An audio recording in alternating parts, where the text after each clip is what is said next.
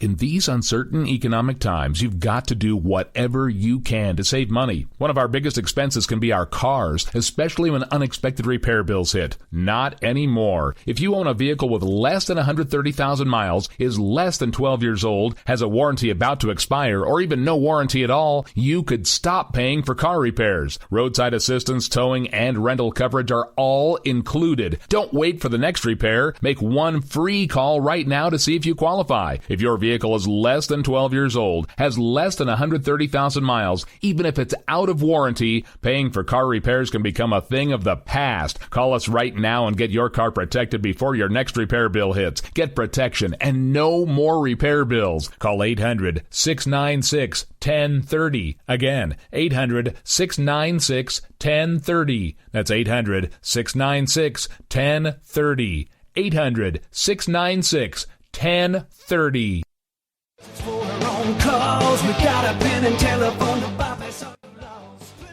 All right, folks, this is Rick Robinson with you. I want to tell you about some friends of mine from a company called Security Enforcement Specialists.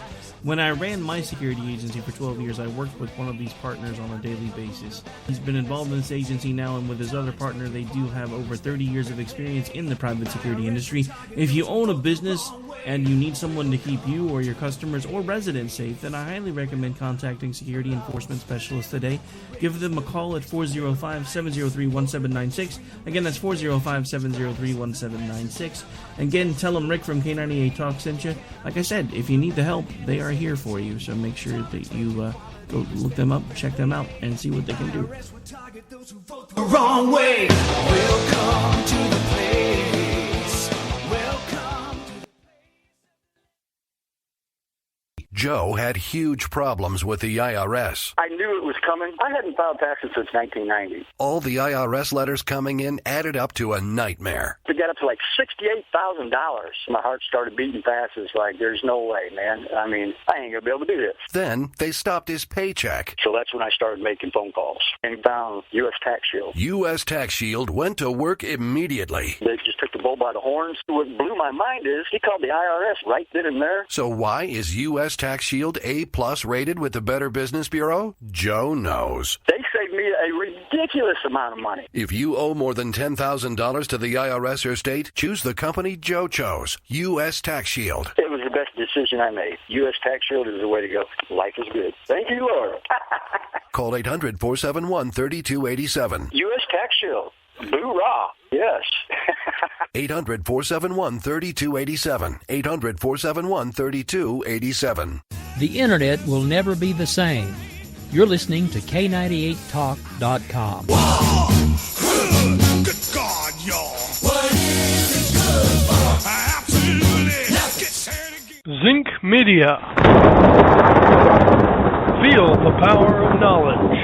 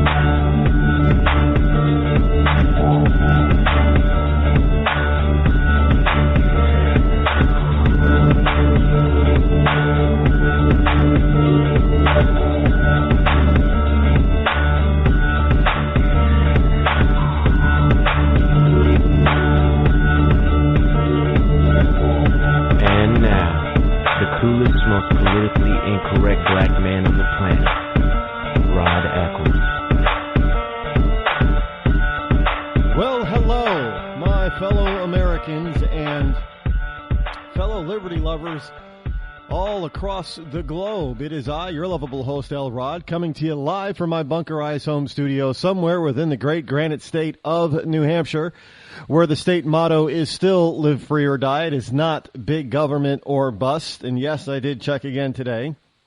Speaking of today, it is August the 18th in the year of our Lord 2015. And it is the second day of the week.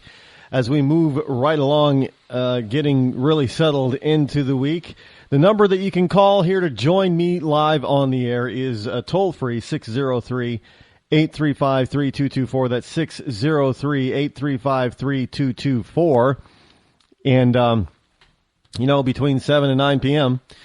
Eastern time, you can call in, especially if you're a liberal.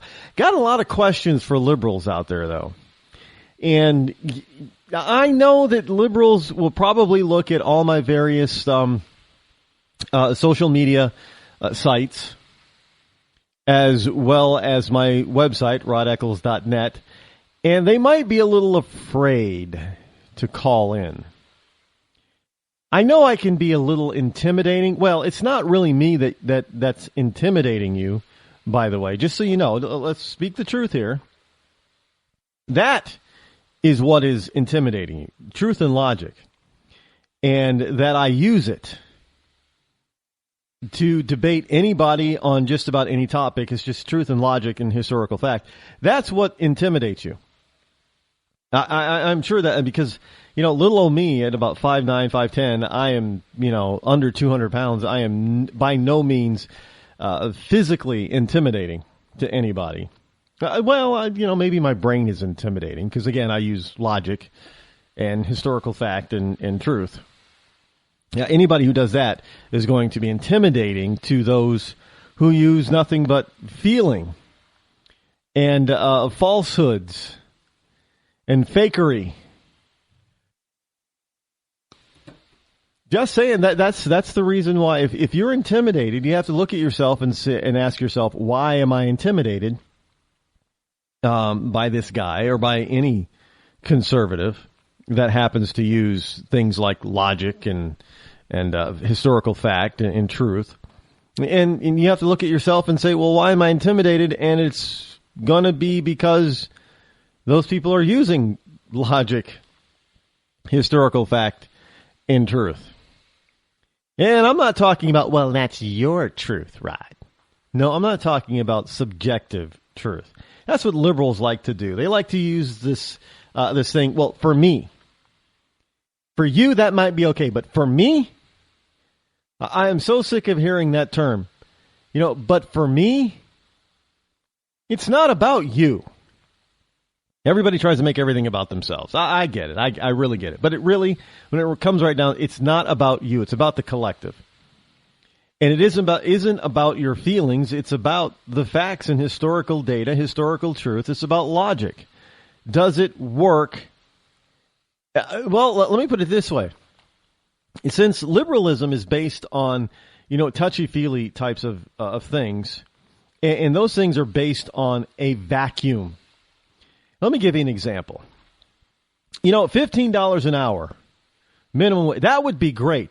If you could give people a raise at $15 an hour and no prices, there was never any inflation.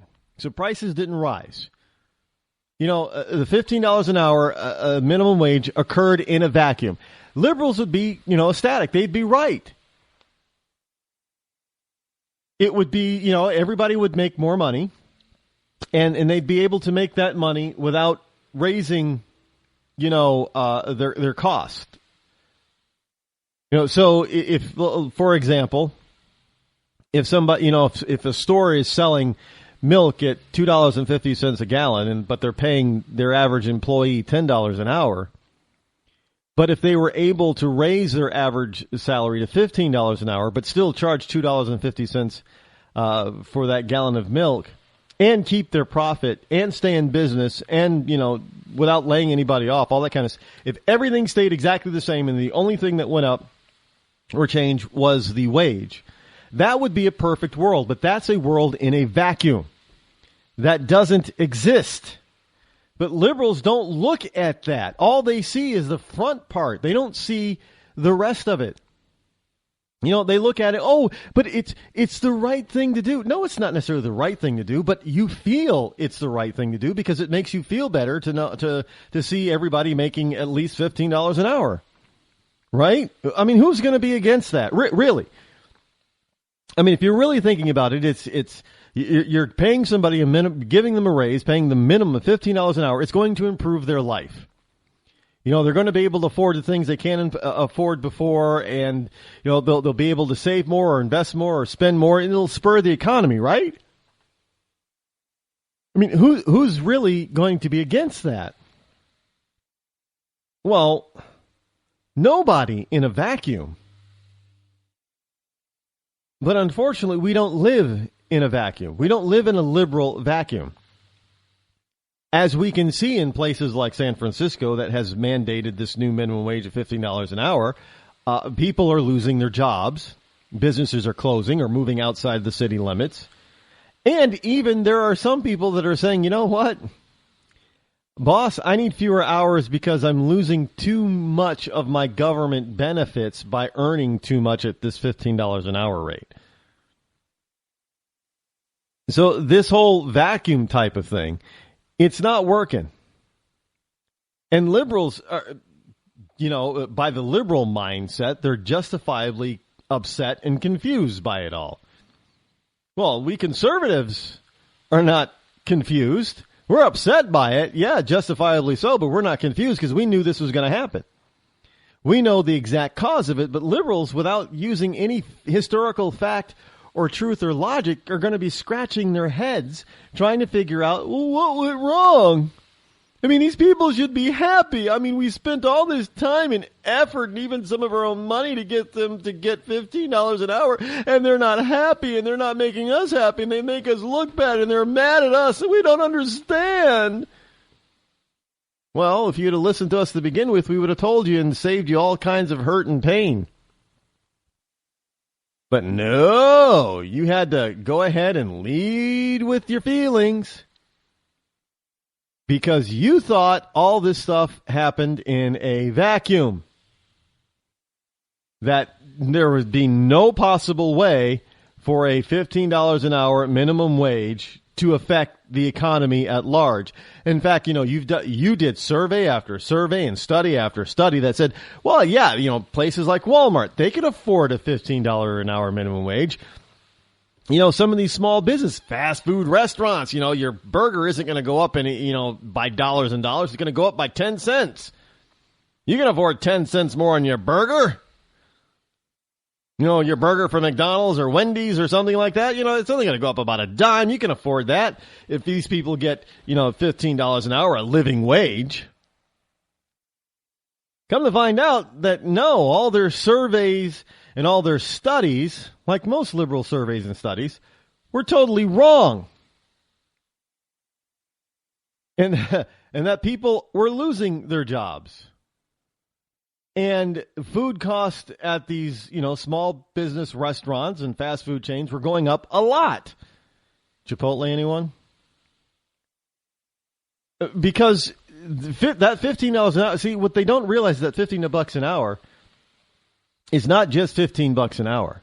And when you got a minimum wage that is at $15, trust me, all of the unions within the city that operate within the city, that have employees within the city, are now going to their bosses when it's time to renegotiate their contracts and say, hey, we're supposed to make a certain percentage or a certain dollar amount above minimum wage.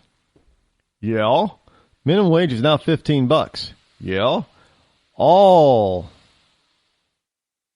of our members now get a raise because that's in the contract. And, a lot that's, if you think that that's not going to affect the cost of goods and services across the board, you've got another thing coming.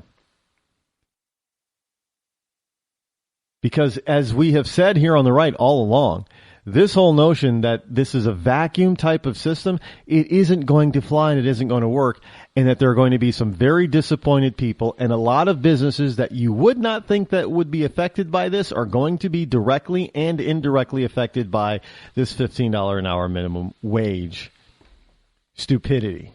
And lo and behold, places like Seattle, Washington, and San Francisco, California implement this stuff. And bazamo, they have all kinds of problems, just like we on the right said that they would. But, nobody ever, hey, we on the right, we're just mean, mean people and mean curmudgeons. Speaking of curmudgeons, Bernie Sanders is still running amok out there. I know some people are thinking, running amok? That's kind of harsh, Rod. He's kind of running roughshod over Hillary. But that's not the problem. There's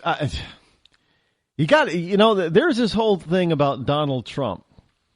Everybody's worried, well, if the Republican establishment doesn't take the Donalds seriously and they railroad somebody else in for the nomination, and Donald feels like that he was had or he was taken or he was robbed, then the Donald might go third party. Well, the question is, with all of the support that Bernie Sanders is garnering and currently has, and the new support that he's likely to amass as the campaign for the Democratic nomination continues, what is going to keep Bernie Sanders from running as a third-party candidate? Now, understand, there are some polls that have Sanders leading Hillary. There are some polls that say that the old curmudgeon is much more likable and trustworthy than Hillary. You've got the Democratic Party who is looking at Joe Biden and even thought briefly about Al Gore to replace Hillary because they don't think that she can win. So, and you had this whole notion about a month ago. Well, wait a minute. Some Democrats are saying, well, Bernie's an independent, not a Democrat, so he can't even be the nominee of the Democratic Party anyway. He's not on our ticket. So what happens if the Democratic Party ticks off Bernie Sanders enough where he decides he's going to run third party? Now, I know that there are those out there who do this sort of predicting for a living. Yes, I said predicting. For a living, at least they try to do it for a living, and most of them are saying, "Well, Bernie would never ever run third party." And look, I just say, people thought that Ross Perot probably wouldn't run third party. In fact, they, after he got out of the race before he got back in, they said, "Well, he's done, and then he gets back in the race and he goes third party and he garners about 19-20% of the total vote. So I wouldn't put Sanders if you piss him off enough, because this guy, he's look. You've got all these. He's got all of these supporters, and a lot of these supporters are not automatically going to go run over to Hillary if Bernie were to drop out. And that's another thing the Democratic Party fully realizes and understands. The Democratic establishment, they found themselves in a predicament that they have not had to deal with in a very, very long time. Now, I know in 2008 when Barack Obama was breaking out of his shell and breaking through the noise and taking over the lead that Hillary had and starting to pull ahead, there was not a problem within the Democratic Party to support Barack Obama over Hillary. Not at all, because that's what the people in their party, that's what they said the people wanted Barack, and this was historical of it. And no matter which way you went, first woman or first African American, we're making history here. But now it's a little bit different. Well, actually, it's a lot different. Now you've got history-making first woman, potentially Hillary, versus typical old white dude.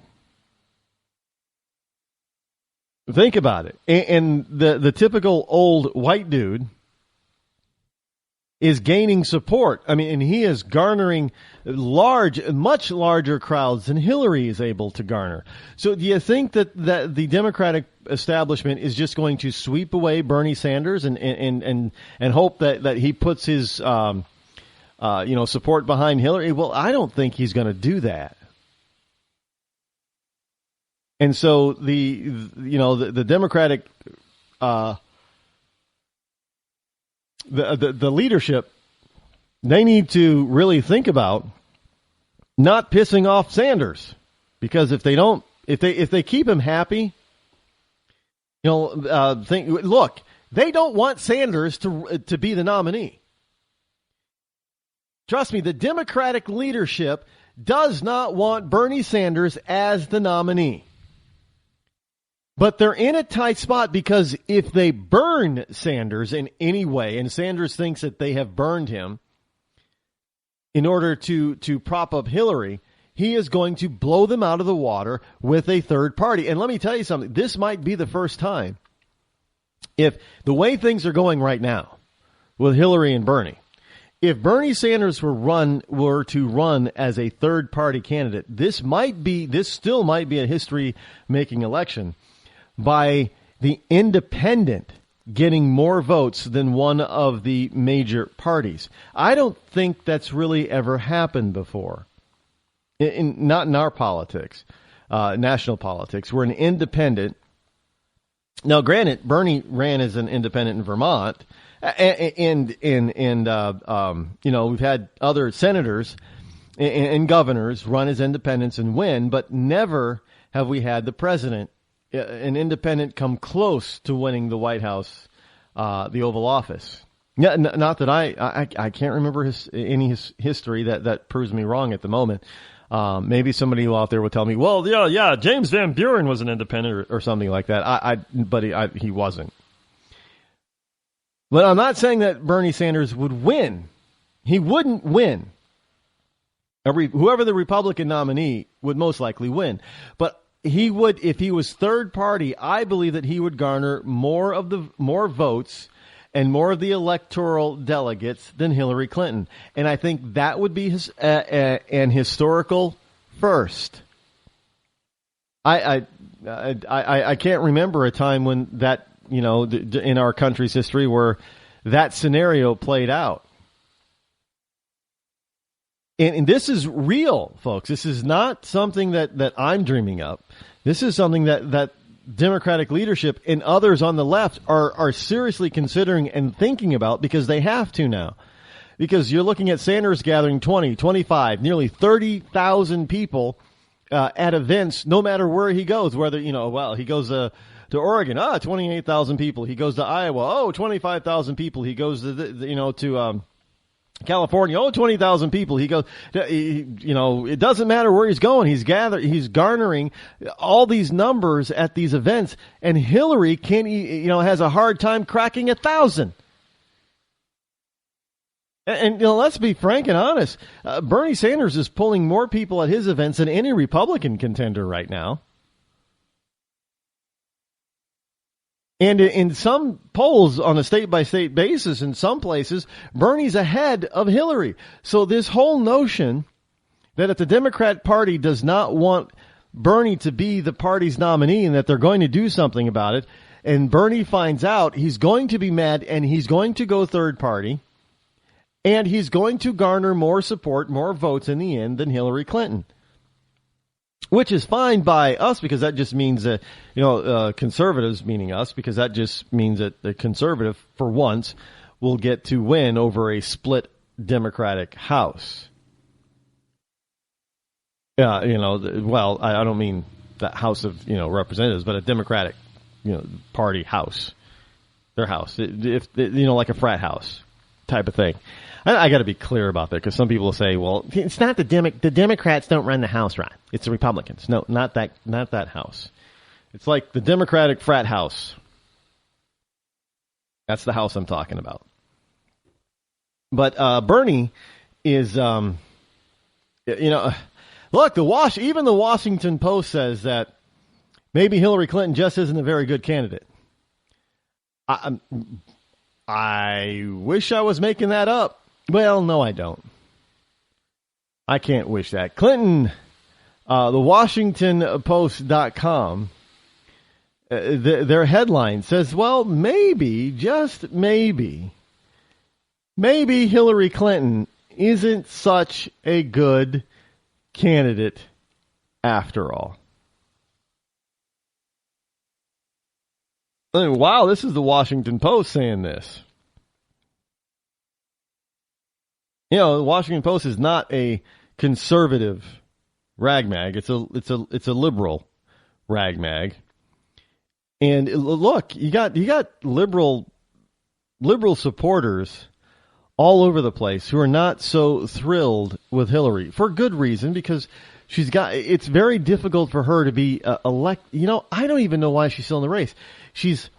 Maybe she's just hedging her bets, and she's trying to look. This could be, Hillary's ticket to staying out of jail, possibly. Maybe Hillary really knows that this whole email thing is really, really going to get really bad, really fast, and so she's trying to hedge her bets in order to keep her little 68-year-old or 70-year-old butt out of jail. But. The Washington Post says Hillary Rodham Clinton pledged that her 2016 campaign would be better than her 2008 campaign. And to a certain extent, so says the Washington Post. It has been. Really? It's been better? She's hired the best and the brightest of Democratic staffers. She has purposely downplayed her celebrity. And downplayed her celebrity? She ran around the country in an SUV, wearing nothing but sunglasses, going into a Chipotle, and not even leaving a tip. So she's down. You're saying that's downplaying your celebrity? Yeah, I don't think so.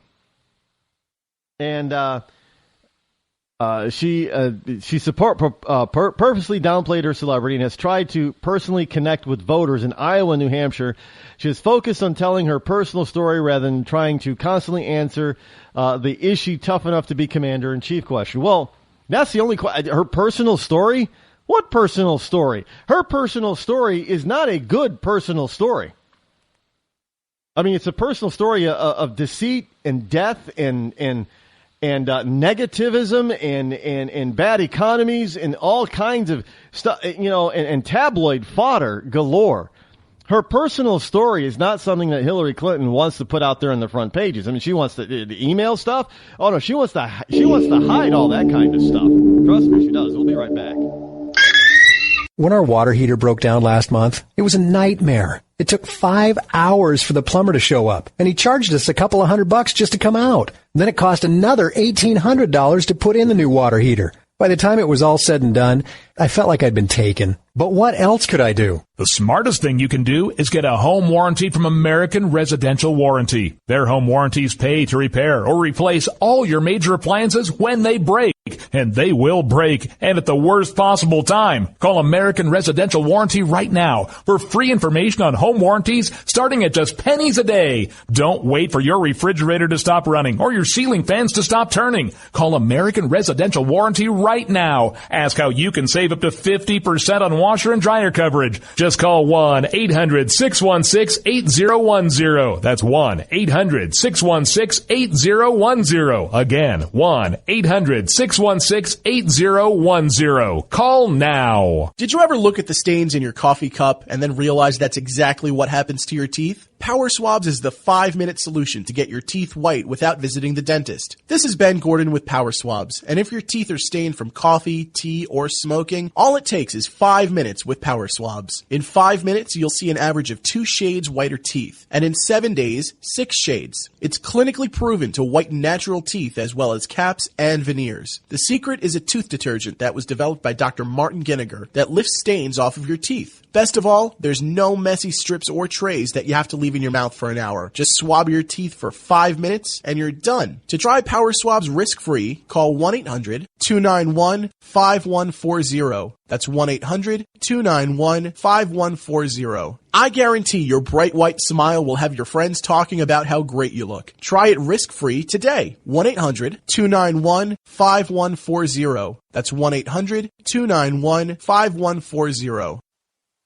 Tired of paying outrageous prices for Viagra? Well, we have great news for you. Now you can finally get Viagra at huge discounts. Healthy Man allows you to save up to $500 on Viagra. Why pay U.S. pharmacy prices of $15 per pill or more when you can get Viagra for less than $3 a pill? Call today and get 40 Viagra pills for only $99. This can cost as much as $600 at your local pharmacy. You can't afford not to call us. If you want Viagra at the lowest prices, never pay $15 $14 a pill pharmacy prices again. Get Viagra for less than $3 a pill. Call 800-595-2614 today and save up to $500 and get 40 pills for just $99. Healthy Man is fast, easy, and affordable. Operators are waiting at 595-2614 to take your call now. Call 800-595-2614. That's 800-595-2614. Again, 800-595-2614. I considered suicide so I wouldn't put my family through all the pain. Many of our warriors are returning home from the battlefield, only to face a new war as they struggle with devastating injuries. At Wounded Warrior Project, we understand. We're there to help. Even though you think you're broken, you're not. It's the physical and the emotional healing that Wounded Warrior Project provides. With a gift of just $19 a month, you can join Wounded Warrior Project. You'll help provide critically needed programs and services that rebuild lives. Beautiful. There you go, buddy. The ongoing needs of our wounded and their families will continue for many years to come. Now is the time to show your support. Call now or go online with your gift of just $19 a month and we'll send you this Wounded Warrior Project blanket. It made me feel that there's people out there that care about us. After this event, we can finally maybe start to heal as a family and move forward. We need your help. The families are hurting. For many of our wounded heroes, the greatest casualty is being forgotten.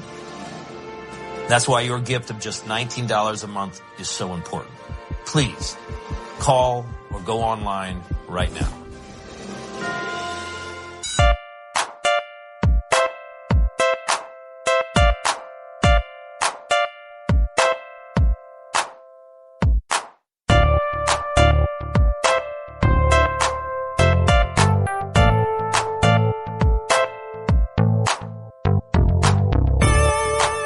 You're listening to The Rod Eccles Show. Toll free 603-835-3224 is the number to call. And if you're a liberal and you support Hillary Clinton, please call in and tell me why. I'm not going to get... Whoa. Well, folks, we just got a warning. Severe thunderstorms, I guess, around here. You can't shut that stuff off. You know, it's... You know what that is? The government interfering into your life, and you can't turn it off. I mean, you can't push a button and say quiet. It just doesn't work that way, unfortunately. But anyway... flash, you know, I live in an area where it's talking about flash flood. I live in an area where there's no river nearby, and two, it's too high. It's one of the last places to get flooded. But, you know, they got to bug the hell out of me and tell me that flash floods are warning. But if you're out there, you know, and if you are supporting Hillary Clinton, call in 603 835-3224 and tell me why. I'm not going to beat you up about it much. I promise. I just want to know why, after all of that has happened and is going on, that has been said, and that has been proven thus far, how is it that you can still, what is it about her that still allows you to support her? I really just want to, I want to understand. I mean, try to win me over. I just want to understand. But here we have Clinton, and yet Clinton is in the midst of a full-scale Democratic freakout due to her faltering poll numbers and ongoing questions about how she's handled her private email server. Joe Biden is considered running, and as I said, according to the Washington Post here, they back me up, Al Gore's name was even floated, but evidently That name was rescinded. And, she's never really been exciting. She's never really been, natural. She's always seems to be robotic and rehearsed and unemotional. Even when she's making a joke about Snapchat, it doesn't sound like it's a genuine joke for her. She doesn't know how to read it because somebody else obviously wrote the joke and she didn't know how to read it and relay that to people. And she's not very genuine. And she's not very, let's face it, she doesn't have a likable personality. I don't believe she does. She grates on people. Sometimes she comes across with a shrill voice. Sure, some people will probably accuse me of being, a sexist. Well, Rod, because, she's a tough woman, and everybody knows what we think of tough women. They're bitches, right? Well, no. I don't think she's all that tough. To tell you the truth. But she sure tries to act and sound like it, and instead she just comes across as being fake, robotic, unemotional, and uncaring. And, that kind of stuff is hard to fake, by the way. It's hard to fake being uncaring. Really, it really is. It's hard to fake being unemotional. I mean, that's just something that you are. If you're unemotional, then that you don't practice that. Well, I suppose you can, but you don't pretend to be unemotional, and you're able to pull it off. You know what? Unless this woman is an Oscar caliber, Oscar-winning caliber actress, then all of that is fake and phony, and you can see right through it. She is uncaring. She doesn't give a damn about the little people. She really doesn't. She doesn't give a damn about the Constitution. All she cares about is herself. All she cares about is how she is viewed and if she has power and money and power. That's all she cares about. She doesn't care. She doesn't want to be the champion. I mean, come on. I want to be America's champion. I want to be the champion of the American people. That's why I have Snapchat. That's not a person who sounds genuine and emotional and who is emotionally invested in the American people. That is something that she's reading off a script card. Even if there was, for people in Rush Limbaugh's Real Linda, that's the old-fashioned version of a, pre-electronic version of Obama's teleprompter. She doesn't come across as being very believable or likable. You can't tell me that you're listening to her speak at a speech. Now, again, I'm asking people who actually support her, because this is how a lot of people view this woman, and you have to tell us why we're wrong about this. A lot of people view this woman as being very cold, being very calculating, being, untruthful and untrustworthy and uncaring. And it's not something that obviously that the mainstream media has put forth on Hillary. This is how she naturally comes across. This is how people read her. Even some people who, moderate people who kind of sort of support her, they'll tell you the same thing. Well, yeah, she's kind of cold. I thought liberals were supposed to be all warm and fuzzy, not cold-hearted. This woman, look, she's out there telling Black Lives Matter, the Black Lives Matter activists, to focus on ways to change policy, not to change people's hearts. So, in other words, Clinton's out there saying, get out there, F the people out there. No, forget about changing people's hearts, man. You're gonna have to go for the jugular. We're going to have to do this my way, government way. I don't give a damn about you either.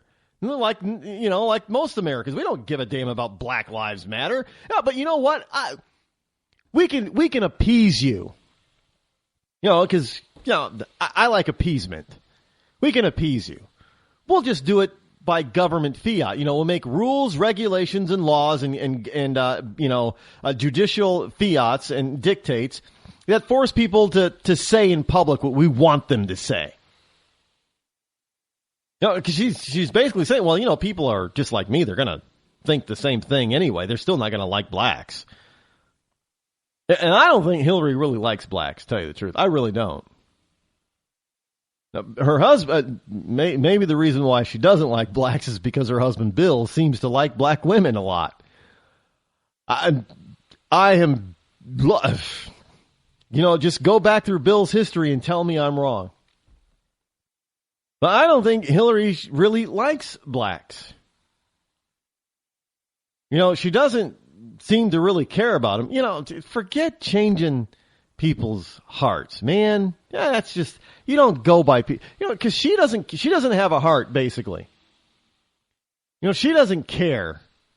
Why would she think, if you're not naturally positioned or if it's not in your natural personality to think that way of changing people's hearts and minds, why would you think that you could possibly do that if that's not what you normally think?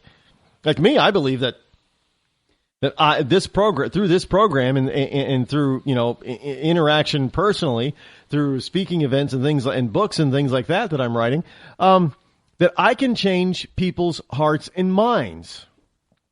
I firmly believe that, or else I wouldn't be doing it. Well, I believe I can change people's hearts and minds. Now, am I going to change everybody's hearts and minds? No, I'm not going to reach everybody. But even if I just reach one person and change one person's heart and mind to become more conservative and more logical, I will have done my job. I believe I can convert, if you will, a lot of people. Hillary Clinton doesn't give a damn about converting people because she doesn't believe in her own heart, because she doesn't care. All she cares about is getting her way. And the only way she's going to get her way, like many liberal Democrats, is to force you and I to capitulate and bend to their will via new laws, new rules, and new regulations. That if you break any of those, you will be fined and or you will go to jail. That's how they're saying, well, see, we're changing hearts and minds by sending them to jail if they don't believe what we believe. That's not how you change hearts, because, the old saying, a man convinced against his will is of the same opinion still. So if Hillary can't change people's, in fact, she's losing people. She's losing support.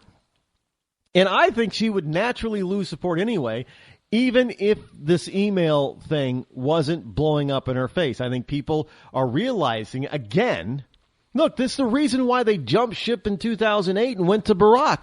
Because Barack at least sounded like he cared. Barack at least sounded like he had a heart. Barack at least sounded like he wanted to change the hearts and minds of people. And and the Democrats saw that, and they said, hey, this guy seems more genuine, more likable, more honest. Whether or not that was actually true is irrelevant. They saw him as being more open, more personable, more caring, and more honest. So they left Hillary and went to Barack. So again, it doesn't have a lot to do. Well, the email thing has a lot to do with it. But it would have happened anyway, because it happened back in 2008, because Hillary Clinton has not changed from who she is in 2008 to 2015. She's still the same selfish, uncaring bitch that she was back then, that everybody started to see.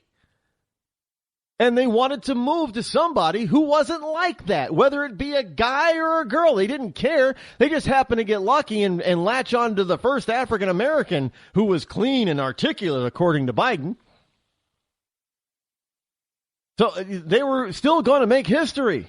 They said, you know what? This guy just sounds better. He seems like he's better. He seems more honest. He seems more caring. And, we find out, 6-7 years later that really isn't the case. But at least he came across that way, where she never did, and she still isn't.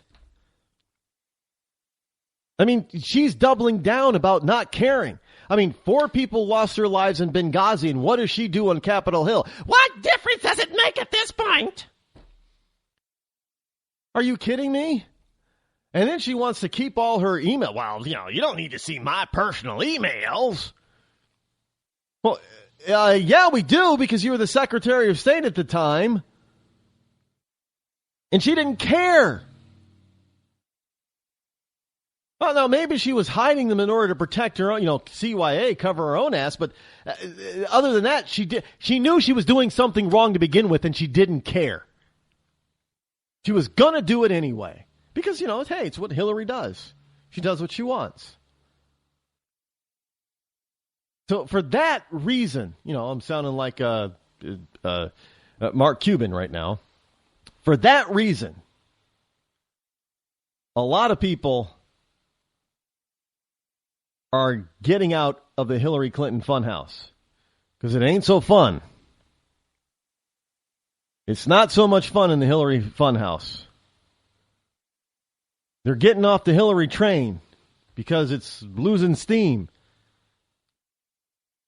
And believe it or not, they're doing the same thing that they did back in 2008. They're finding somebody else. But in this case, the somebody else isn't a black guy. It's an old white guy by the name of Bernie Sanders. And frankly, that is a little bit scary. And I've said this already before. It's kind of scary because Bernie Sanders is an unabashed, unapologetic socialist, bordering on being a communist. And he's not ashamed to say it. And everything that he's proposing is very socialistic, bordering on communistic. And all these people that go to these events of his, 20, 25, 28,000 people, and they're saying, "Yay, Bernie! That's what we want." And people seem to be flocking towards Bernie. So Hillary's trying to sound like Bernie Sanders light, but because she's not genuine and not likable and not believable, they're not believing her. So they're abandoning, I've always said, you cannot out-liberal a liberal. And therefore, if that is true, then it is also true that you cannot out-socialist a socialist.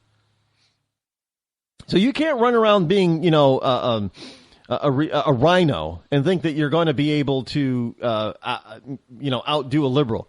You're not going to be able to. And by the same token, a Democratic liberal who isn't really a socialist isn't going to be able to take on a socialist and sound like a socialist and be a socialist if they're not really a socialist. People are going to go for the genuine article every time.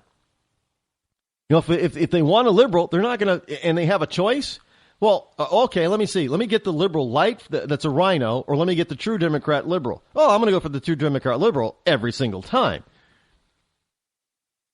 And the rhinos don't seem to understand that. And this is something that Hillary Clinton doesn't seem to understand at this particular moment either. I probably shouldn't say anything because some of her operatives are probably listening and saying, and they'll run back to her and say, Hill, we got the answer, man.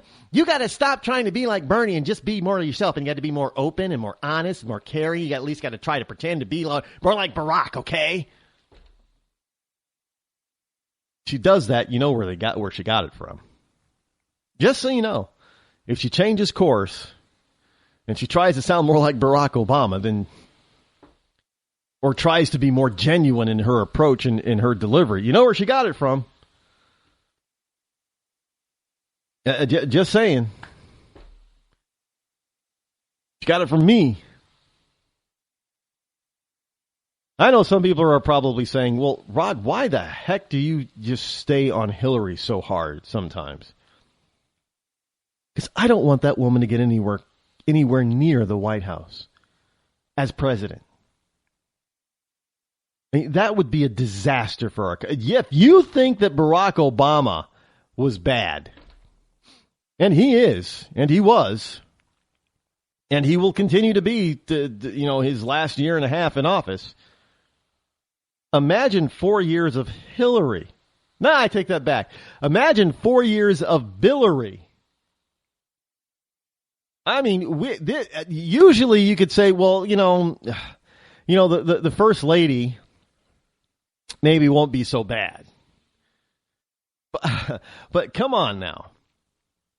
And as many people that don't like Michelle Obama, for good reason, Do you think she's as bad or worse than Bill Clinton? Well, hell no. I don't think she is.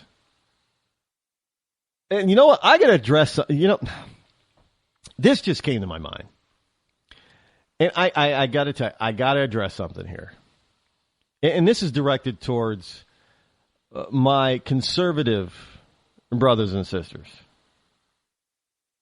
And I have done this before. I have chastised conservatives before about how they talk about the First Lady. And the kids.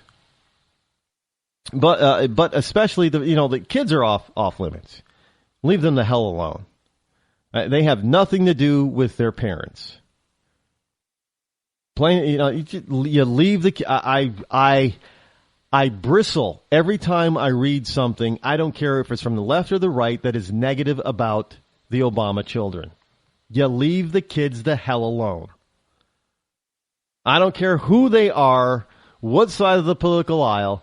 Well, Rod, look what they did to Barb and Jenna. Bush's twin. I don't care. You leave the kids alone. They're not the ones who wanted to be in the public eye. It was their parents. They had nothing to do with it. You leave the kids alone.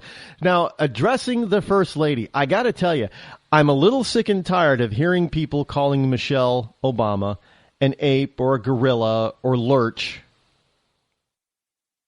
That's really racist, frankly.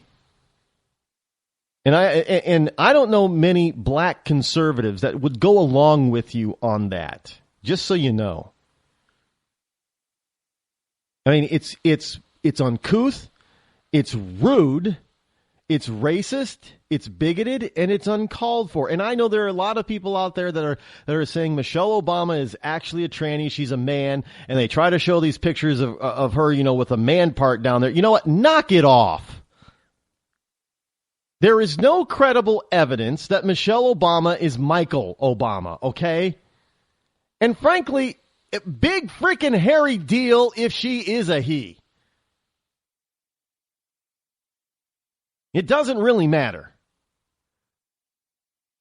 Now, if you want to take Obama and her on their policy, that's fine. But to use some sort of racist comment against the First Lady is unacceptable from anybody. And I, for one, will call you out every single time. That is unacceptable, and I will not tolerate it. If I see it, no, I'm not, on Facebook, I'm not going to go and report it to the Facebook police because that's just, no, that's wrong. But I'm going to say something directly to you about it. I'm going to message you or I'm going to put it out there in the open for everybody to see. How would you like it? And what I say in return is probably not going to be very pretty. But Rod, does that mean that you're supporting it? No, it has nothing to do with me supporting their political positions or policies. I happen to disagree with 99.9% of Michelle Obama's agenda.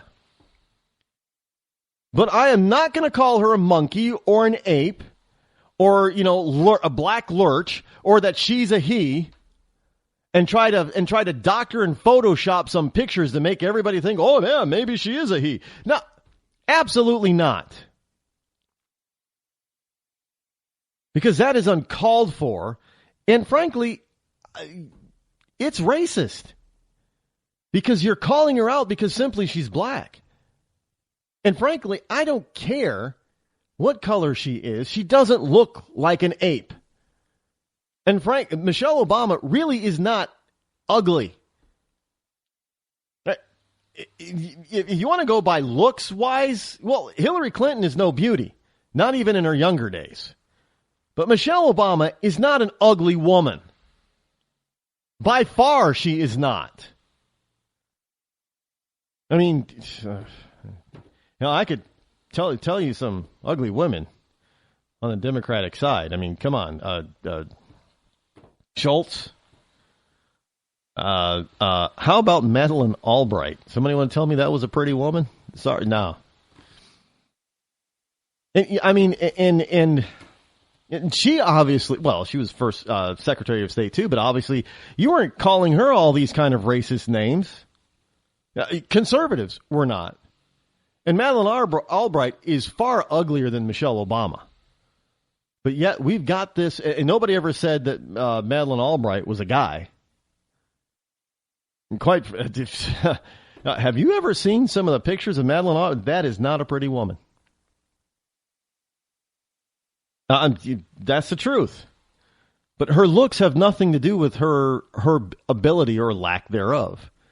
But if you're going to go on physical features, why aren't you white conservatives saying the same cruel, despicable, even racist, bigoted types of things about Madeleine Albright as you are saying about Michelle Obama?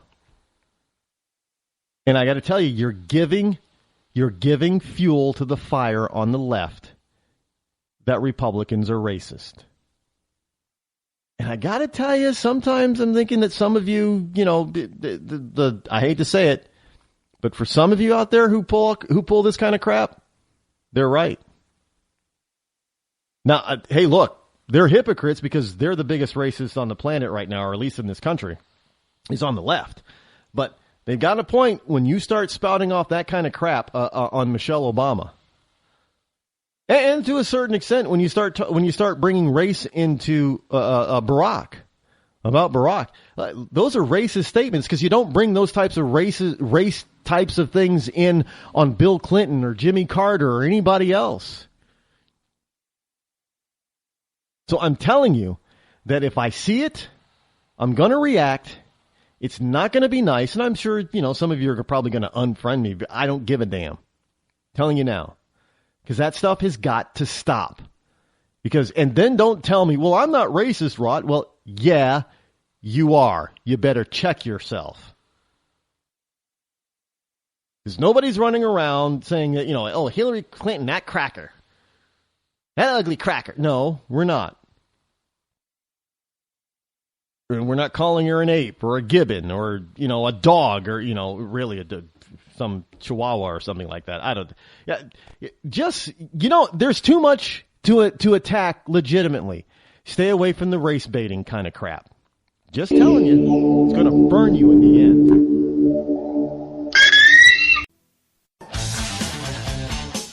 The leader in talk radio on the internet, right here on K98Talk.com.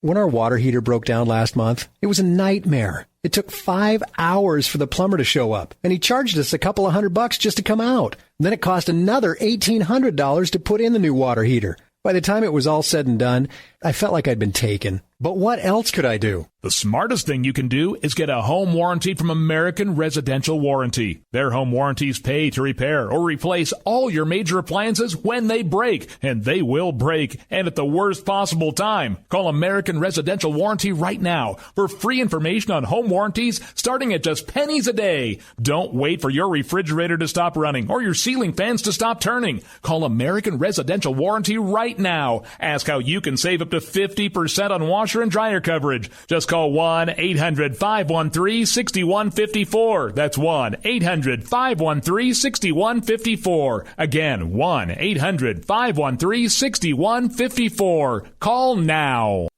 Tired of paying outrageous prices for Viagra? Well, we have great news for you. Now you can finally get Viagra at huge discounts. Healthy Man allows you to save up to $500 on Viagra. Why pay U.S. pharmacy prices of $15 per pill or more when you can get Viagra for less than $3 a pill? Call today and get 40 Viagra pills for only $99. This can cost as much as $600 at your local pharmacy. You can't afford not to call us. If you want Viagra at the lowest prices, never pay $15 a pill pharmacy prices again. Get Viagra for less than $3 a pill. Call 1-800-516-7602 today and save up to $500 and get 40 pills for just $99. Healthy Man is fast, easy, and affordable. Operators are waiting at 1-800-516-7602 to take your call right now. Call 1-800-516-7602. That's 1-800-516-7602. Again, 1-800-516-7602. too. In these uncertain economic times, you've got to do whatever you can to save money. One of our biggest expenses can be our cars, especially when unexpected repair bills hit. Not anymore. If you own a vehicle with less than 130,000 miles, is less than 12 years old, has a warranty about to expire, or even no warranty at all, you could stop paying for car repairs. Roadside assistance, towing, and rental coverage are all included. Don't wait for the next repair. Make one free call right now to see if you qualify. If your vehicle is less than 12 years old, has less than 130,000 miles, even if it's out of warranty, paying for car repairs can become a thing of the past. Call us right now and get your car protected before your next repair bill hits. Get protection and no more repair bills. Call 800-696-1030. Again, 800-696-1030. That's 800-696-1030.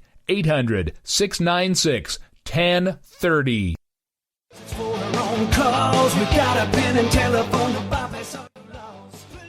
All right, folks, this is Rick Robinson with you. I want to tell you about some friends of mine from a company called Security Enforcement Specialists. When I ran my security agency for 12 years, I worked with one of these partners on a daily basis. He's been involved in this agency now, and with his other partner, they do have over 30 years of experience in the private security industry. If you own a business and you need someone to keep you or your customers or residents safe, then I highly recommend contacting Security Enforcement Specialists today. Give them a call at 405-703-1796. Again, that's 405-703-1796.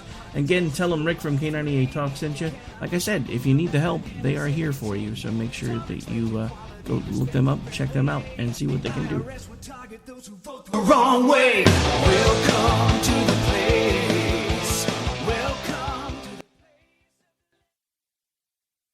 Joe had huge problems with the IRS. I knew it was coming. I hadn't filed taxes since 1990. All the IRS letters coming in added up to a nightmare. It got up to like $68,000. My heart started beating fast. It's like, there's no way, man. I mean, I ain't going to be able to do this. Then they stopped his paycheck. So that's when I started making phone calls and found U.S. Tax Shield. U.S. Tax Shield went to work immediately. They just took the bull by the horns. What blew my mind is he called the IRS right then and there. So why is U.S. Tax Shield A+ rated with the Better Business Bureau? Joe knows. They saved me a ridiculous amount of money. If you owe more than $10,000 to the IRS or state, choose the company Joe chose, U.S. Tax Shield. It was the best decision I made. U.S. Tax Shield is the way to go. Life is good. Thank you, Lord. Call 800-471-3287. U.S. Tax Shield. Boo-rah. Yes. 800-471-3287. 800-471-3287. The Internet will never be the same. You're listening to K98Talk.com.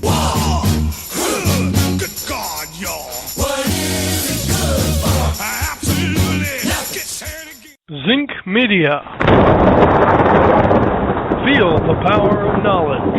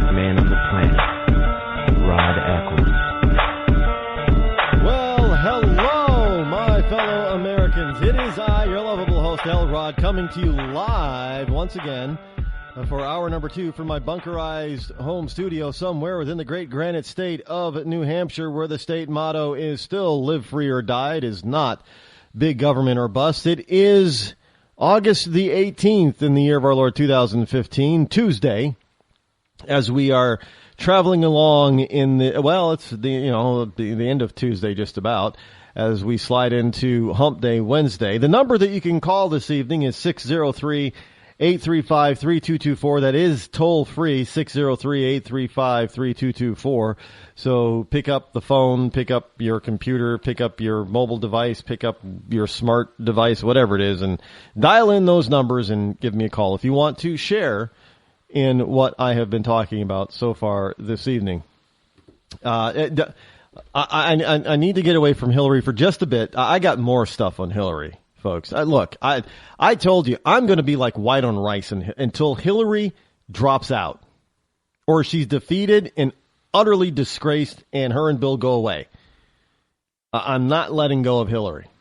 Not letting her. No, but right now, there's other stuff that I would like to cover with you because I think it's other stuff that you need to know. Like this from Young Conservatives or YoungCon.com came across my newsfeed from a CNS news story about and this is pretty. Look, folks, this is coming up because we're in the back to school mode right now because most of the nation's public school kids and elementary, high school, that type of thing, even if you're going to private school or parochial or what have you, semi-private, but kids are due back in school over the next 2.5 weeks or so. Summer's almost over for almost all of them. Some colleges are already back in session, so summer is over for I love it. Well, I love to hear these college students say, "Well, I didn't have much of a summer." Well, hello, you're not going to get 2 or 3 months off in the summer when you're into the job world, unless you own your company or something, and or it's seasonal, and you work winters. You're not going to, if you're a big snow plowing company, well, you're probably not going to have much snow to plow in July and August in most places in the country. So I don't know, maybe in northern Alaska you probably still do, but not in the rest of the 49 states. But in any case, they're coming back or they're going back to school. And your kids are going to start running into more. Look, I'm going to say this again, folks. If you're a conservative and your school is run by a bunch of mamby-pamby liberals, I do not understand why you keep your son or your daughter in that indoctrination center that we call a public school. You should yank them out. Homeschool them, private school them, parochial school them. Just find any possible way to give them a better education. Well, that's not hard to do than most public schools give.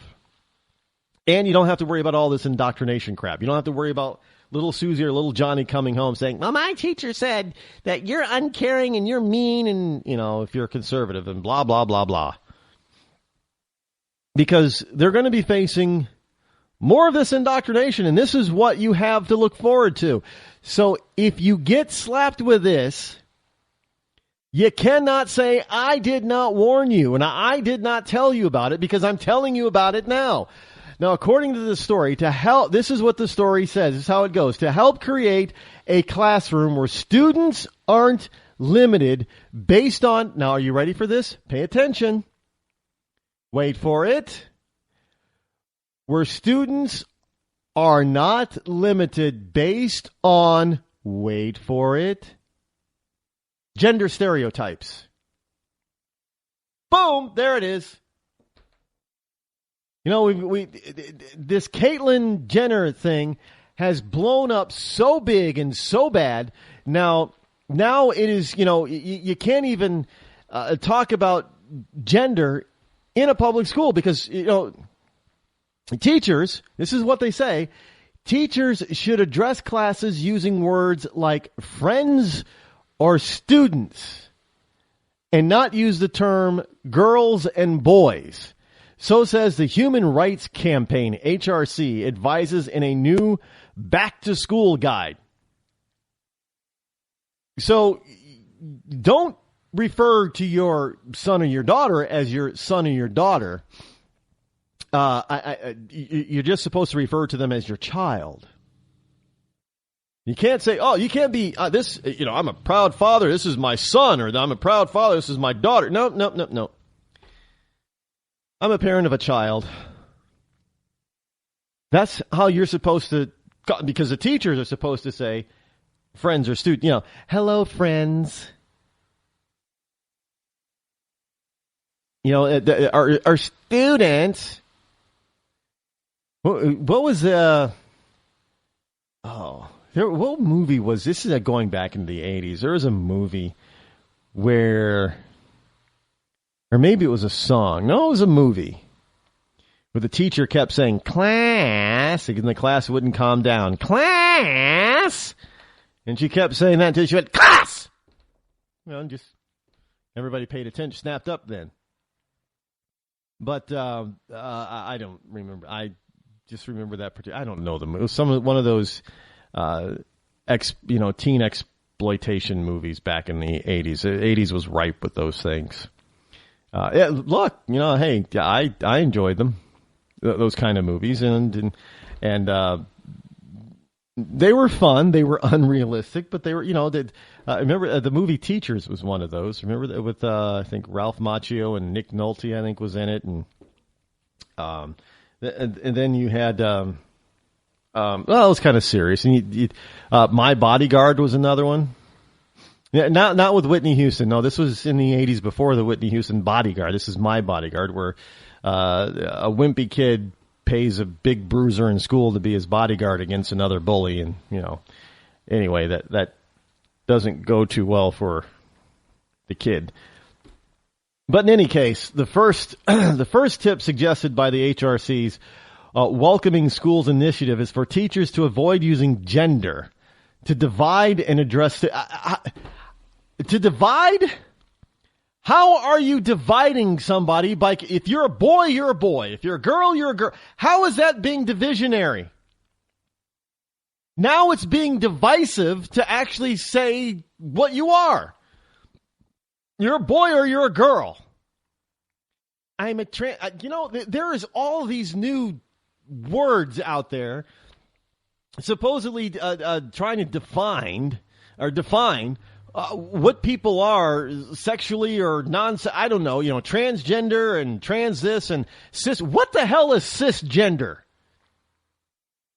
I don't even know. I heard that term the other day. I'm like, what? I didn't even bother to look it up. But that's something that's also now in the, I don't know, by the time we get done with the LGBT community, it's going to, calling it the LGBT thing, it's going to be like 15 letters long because it's got to represent just about everything. I mean, even the asexuals are now, and asexuals, for those of you in Rush Limbaugh's Rhea Linda, asexual is supposed to be somebody who really isn't attracted to male or females. They're not attracted to the same sex or the opposite. They're not interested in sex. They have no sex drive. Those are trust me.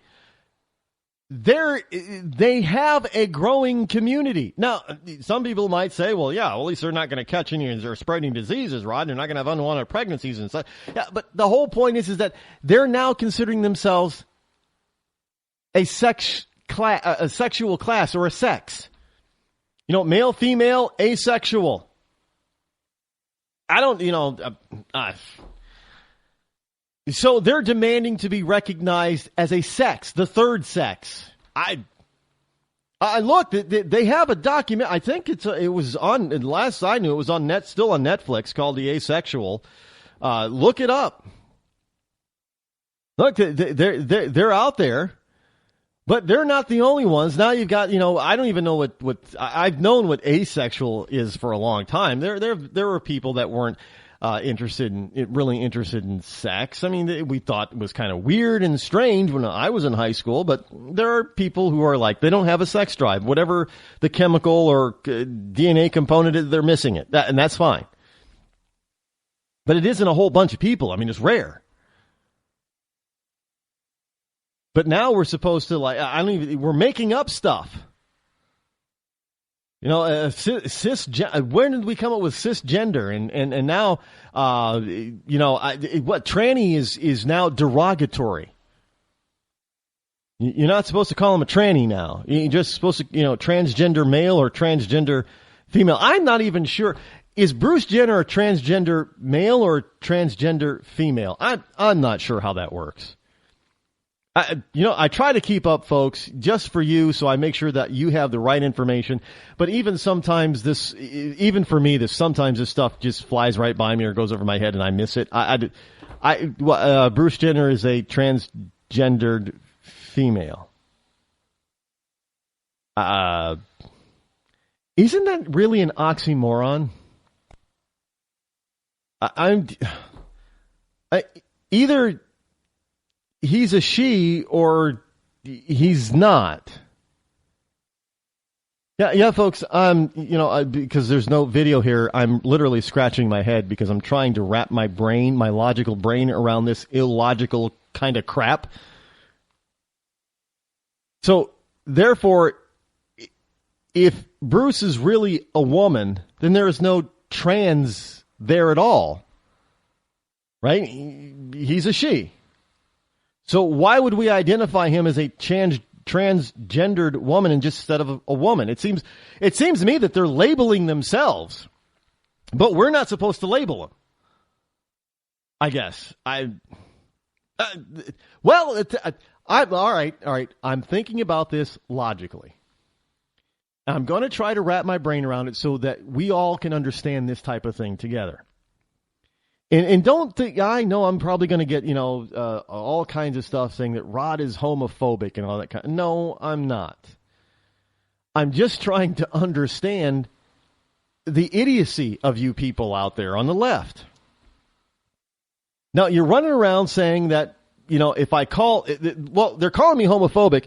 Rod, you're just homophobic if you don't call him Caitlin. Okay. So you're saying that Bruce, the male, is now Caitlin, the female. So Caitlin is now a female. She is a woman. Well, then why wouldn't you just call Caitlin a woman? Why do you got to add this trans before the woman? Transgender. Why? She's I don't know. Should we start saying birth gendered woman? If they were born a woman and they want to be a woman, should we say birth gender? I mean, that makes no sense to say transgendered if she's really just a woman now. She's a woman. That's plain and simple. That's it. No pre or post description necessary. Right? That would be my logical thought. But there is a reason behind this. Because the left wants to divide. And in order to divide, they have to come up with all these different subcategories. Because if you can subcategorize everybody, well, then all of these wonderful people now become minorities. And all these wonderful minorities need minority-type protection from the federal and state governments. And from the majority. Well, if everybody's a minority, who the hell's the majority? You keep breaking society down into these smaller and smaller bits, and everybody's a part of one of these small bits. Who the hell's the majority then? There isn't a majority anymore. Everybody's a freaking minority. But the rub is that because they're trying to make everybody a minority and they want to make all these minority-based laws, it's so they can control you. It's all about, divide, and it is about conquer, divide and conquer. So now if we have all of these different labels, and all these different identifiers, well, now we can start going after, a specific laws to target. So, now you can't, we have gay marriage. Well, okay, so we have gay marriage. Well, what about gay rights? Well, we have gay rights now, but what about tranny rights, transgender rights? Well, what do you mean? I already thought they had rights. Well, no, because, what they're telling us, what you're really saying when you're saying somebody's a transgendered woman is that they're not really a woman. And so now you want special rights for a guy trying to be a woman who really isn't a woman. That's what you're saying. And I know people are going to come back at me and say, no, that's not it. She's a woman. Well, then just call her woman. And if Caitlin really is a woman, well, she doesn't need special rights. All she has to do is say, I'm a woman, and we've already got rights for women. Right? Think about it for a second, logically. If Caitlyn Jenner really is a woman, then she's already protected under the rights that women have. I know, I'm sorry. I'm just being too damn logical about this, but that is the truth. But they want to divide this whole notion. Well, we don't want to divide. That's exactly what you want to do. You want to divide. The only thing is that the reason why you don't want to say boys and girls is because the poor teacher up there cannot stand up in class and say boys, girls, trannies, or transgendered male, transgendered female, asexual, cisgender, and blah, blah. They can't do that. Because at some point, if a teacher does that, a teacher is probably going to be slapped with, discrimination suit or something, or be disciplined for being discriminatory.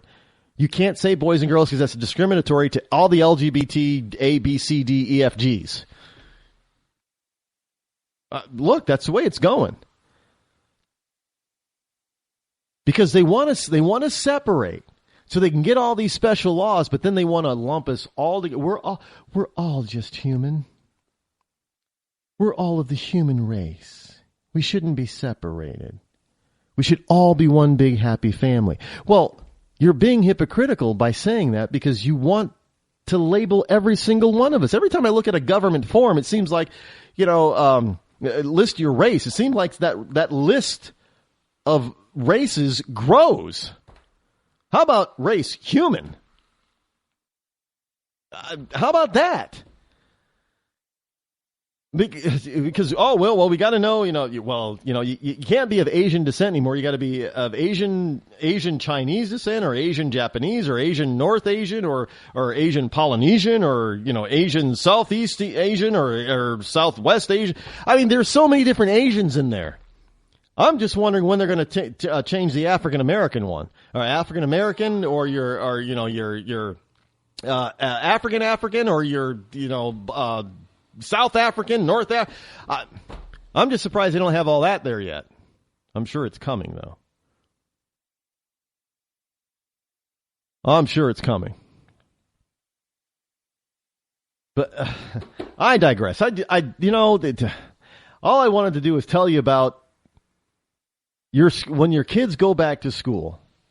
They're going to be going into a classroom where, the HRC, the Human Rights Campaign, is issuing these booklets or back-to-school guides to all these wonderful teachers. And a lot of these teachers are young teachers, mind full of mush, straight out of college or whatever it is that they do in order to learn to be a teacher. And they get certified to be a teacher. And they want to get tenure, so they have to do whatever, the principal and the hierarchy in the school says that they should do. So they're going to be looking at this, I shouldn't say boys or girls. And they're going to fall in line, and your kid's going to come home scratching their head, Mom, I don't know if I'm a boy or a girl anymore. And you're going to look at them and say, what the hell are you talking about? Well, here you go. This is the point and the reason. Plain and simple. Look, before you divide and conquer. Now, here's the basic tenet of how you do divide and conquer. First, you shut down the original historical content. Male, female, boy, girl. You shut that down. And then you confuse. You confuse the hell out of people. Okay, well, you can't say boy or girl, because what? If you're a boy, you can be gay, you could be transgendered male, you could be cisgender, asexual male. You're not just a boy anymore. So you confuse people. You're not just a girl anymore. You confuse people. And so when people are trying to wrap their brains around stuff and try to figure out, what exactly is everybody? Well, then comes the next part, name calling. Labeling you negatively. Oh, you're a bigoted, homophobic, whatever. And you're most likely not. You're just trying to figure it all out because you don't know anymore. But because you don't know, and they're saying, well, you should know, and because you don't know, you're a bigoted, homophobic, whatever. And then it's sort of like capitulation because you're saying, well, I'm not bigoted, I'm not racist, I'm not homophobic, I'm accepting of everybody, I just don't understand. We see. So what we need now is laws to keep people like you from discriminating against everybody. And then you, because you're saying, well, I'm not racist or homophobic or bigoted or what have you, so go ahead and have the law. It's not going to affect me. That's classic, folks. It's how they do it every single time. If you don't accept gay marriage, you're homophobic. No, really. Now, you may not be. You just may want only marriage to be between the original meaning of the word, between one man and one woman. But no, you can't have that. Because that doesn't include same-sex marriage.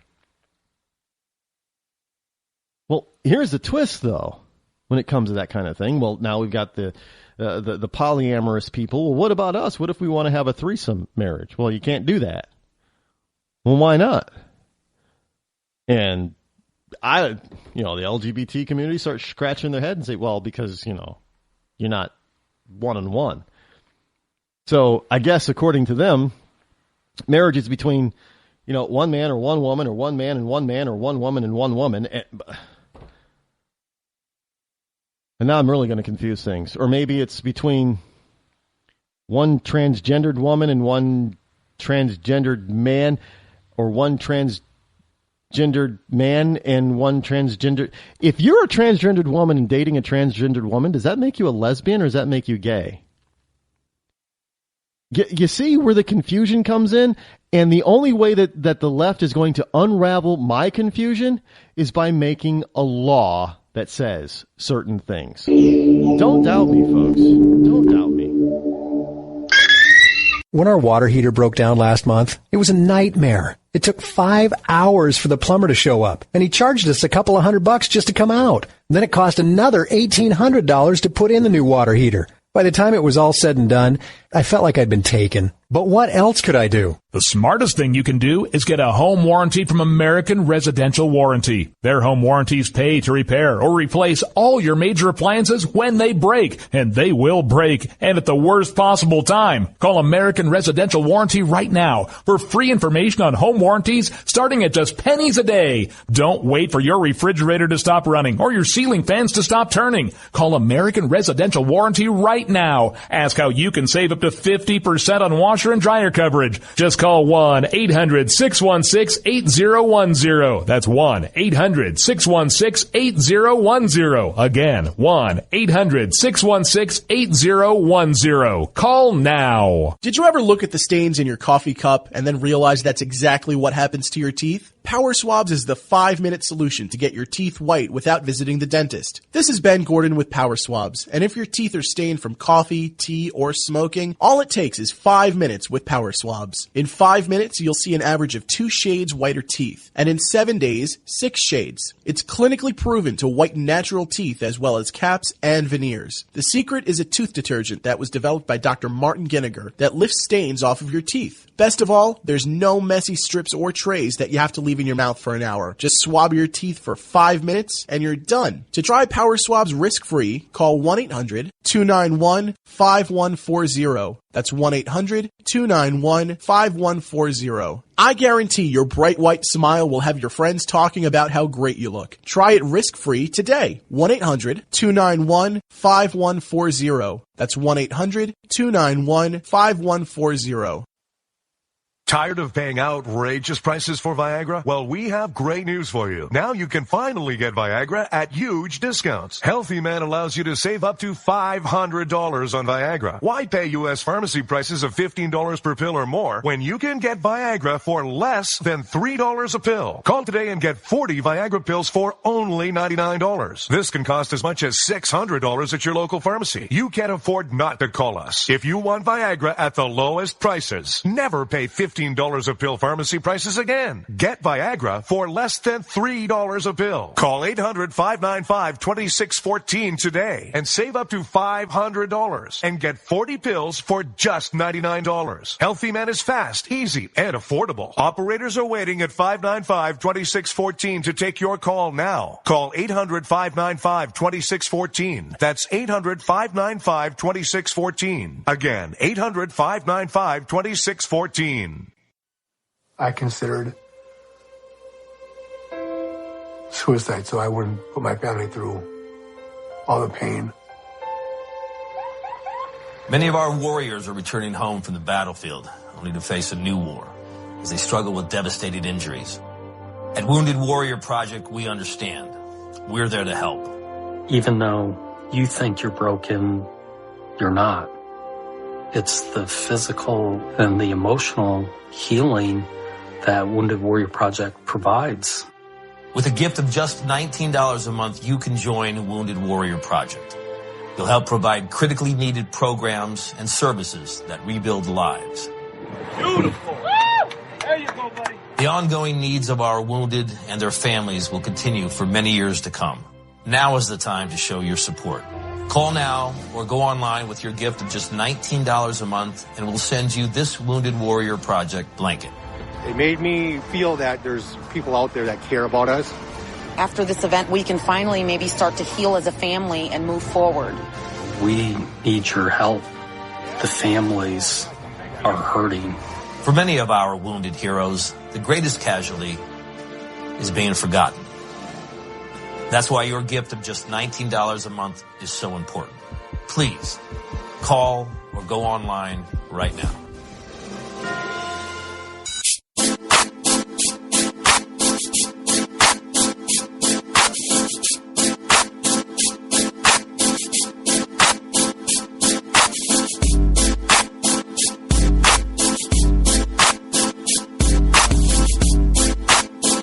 You're listening to The Rod Eccles Show.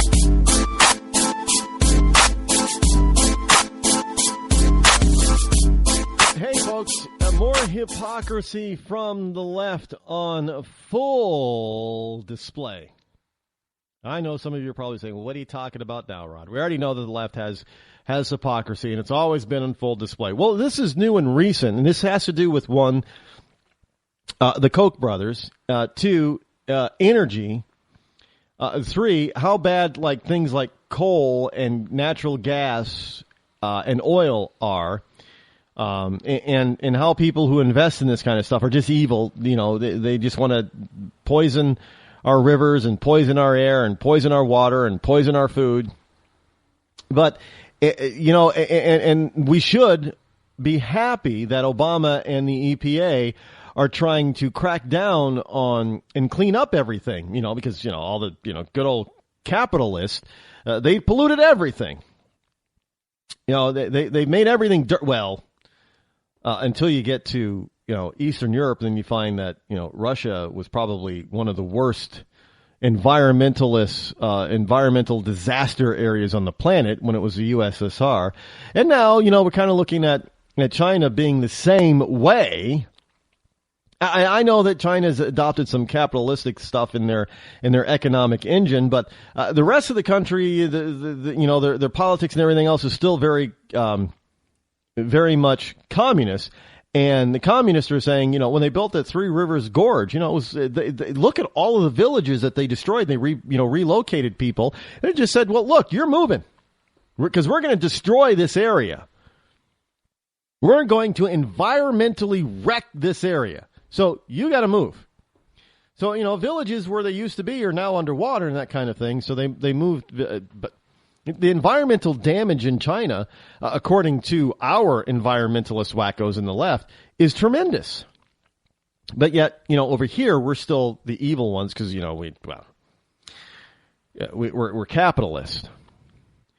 But at the same time, so are the left is, well, look at Bill Gates. He's a big lefty. Yeah, he's one of the top 3 in the top 5 wealthiest people on the planet. And Warren Buffett, another one in the top 5, who has all these liberal types of leanings. But, they're out there making money hand over fist. Oh, that's okay, though, because they're liberal. Well, here's another one that is making a big play to make a lot of money, and he's doing it in an anti-environmental type of way when he's out there supposedly supporting, environmentalism and supporting stuff against the Koch brothers, who are supposed to be evil capitalists who only want to poison our air and water and food.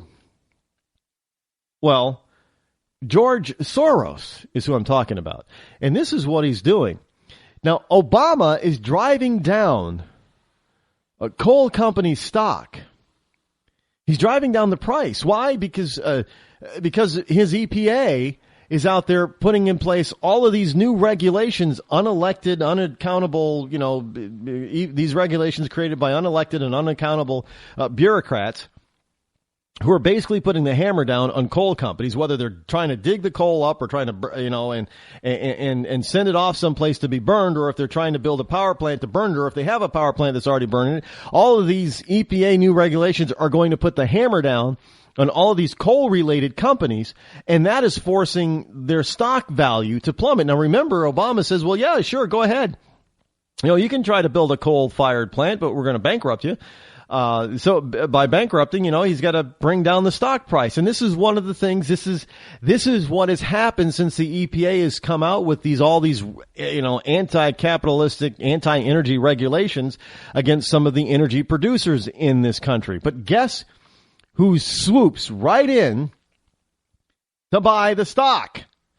George Soros. Now, all you lefties out there who claim the Kochs are providing support and monetary whatever for all of these, causes. And the funny thing is if you add up all the money that the Kochs supposedly have been spending in support of libertarian and conservative ideals and PACs and all that kind of stuff, it actually equals more than those guys are worth. But not once does anybody on the left condemn George Soros for spending all the money that he spends on supporting these PACs and websites. He started a whole bunch of them. George Soros started MoveOn.org, and he still supports it financially. But he also supports a whole bunch of others. Now, and the man is already, he's been, accused of monetary, currency manipulation. He's been accused of precious metals, gold and silver manipulation, all to make himself and his family more money. But that's okay because, his heart's in the right place. But progressives, by their very nature, so goes this story, by their very nature, politically and morally corrupt, using fake crises like climate change in order to justify creating regulations for businesses in the private sector to redistribute wealth. Well, it looks like President Obama, the fake Robin Hood, has been using the whole global warming thing to drive coal companies near bankruptcy. Then conveniently, George Soros swoops in and buys up the stock for insanely cheap prices. Now, how much you want to bet he's going to be able to do just fine with, kind of like Warren Buffett. Whatever Warren Buffett touches really turns to gold. So how much you want to bet that Soros is not going to be touched by all these regulations? How much you want to bet? Because he will supposedly put, money into the coffers of environmentalist things. Kind of like Al Gore with the carbon credits. Now, he's probably going to do something like that in order to offset, the coal plant. But when the coal generating plant, when you pay your electric bill, think about this for a second. If this doesn't make you want to go off the grid and install things like solar panels and wind generating devices and maybe some geothermal, think about this. When you turn on your lights, which causes you to use electricity, which then generates an electric bill, when you pay that electric bill, you might be paying George Soros. Let that sink in for a moment. Now that good old George is buying up some power, you might be paying George Soros. How does that make you feel? Makes me think like I need to go out and put some solar panels on my house, no matter what they cost. Makes me think I need to go put a wind generator on my property, no matter what it costs. Makes me think that I need to install a geothermal heat exchange system, no matter what it costs, so I'm not ending up supporting and paying George Soros every month in my electric and heating and cooling bill. Just saying. You might, this might be a run.